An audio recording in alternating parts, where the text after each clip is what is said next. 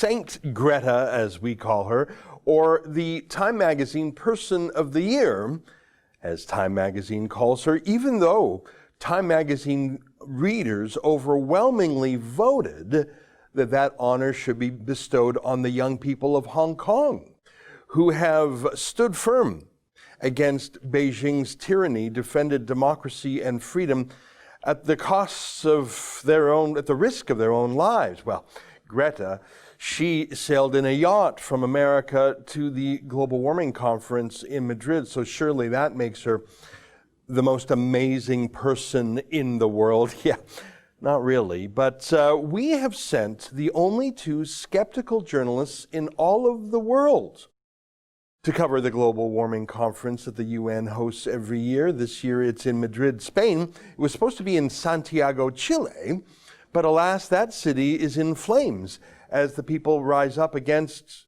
energy poverty, brought about by poor decisions made by the local authorities there to go with green transit, which costs more and thus made the price of transit go up and caused the riots.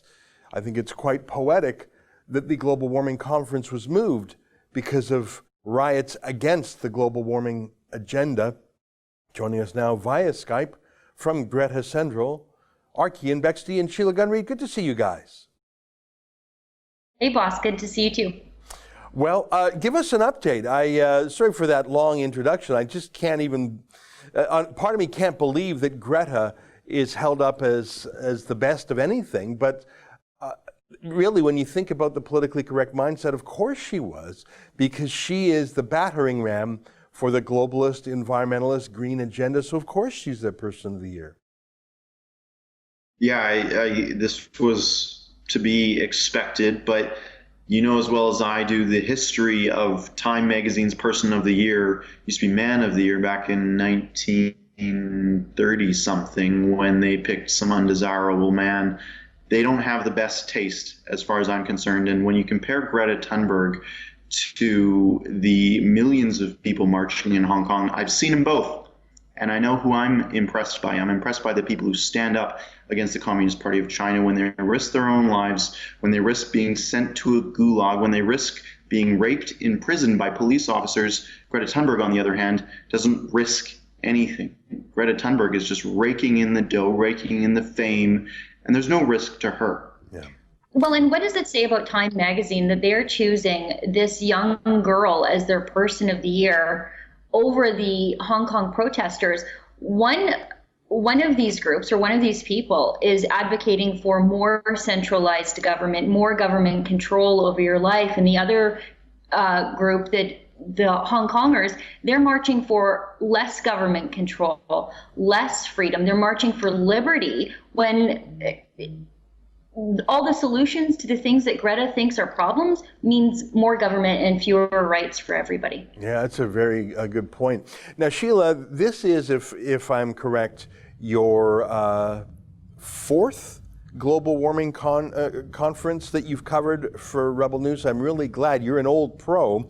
Tell us how this one is different, if it is different, than the ones you've covered in the past from, let me see if I can remember, Marrakesh, Morocco, Bonn, Germany, Katowice, Poland. You've tracked this traveling feast. It's a feast for the bureaucrats and diplomats and lobbyists. You're there working and you're going economy class. How, if at all, is this year's conference different from the previous three you've covered? Well, I think the first thing is that it is, it's in a bigger facility than the other places have been. So in the other cities, there were more inflatable structures to support the conference. This is in a massive facility. So they do have a lot of structures existing here. However, you can tell that it was thrown together haphazardly at the last minute. If you look around town, there's not a lot of signage here. I know in Morocco, the whole town was coated with signs. Germany, likewise. Poland, not so much for other reasons. But here, even the signs, they still say Chile. Mm-hmm. And then they have Madrid written underneath. because Madrid was chosen, really only 4 weeks ago. And this is actually the third host city. So I suppose it's hard to get momentum up for a conference that literally nobody wanted.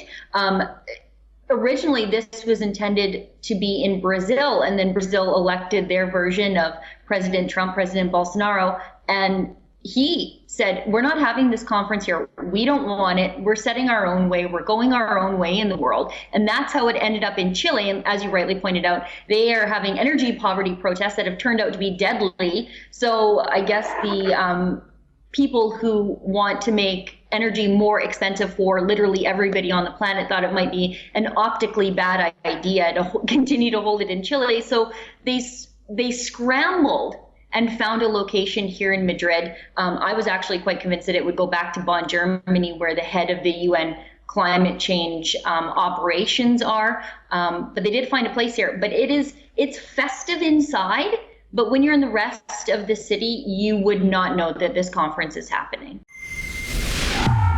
That's an excerpt from the Ezra Levant Show, which is a show I do every day. I do a monologue, interview an interesting guest, and then I read my hate mail. But you've got to subscribe to it, which you can do at premium.rebelnews.com.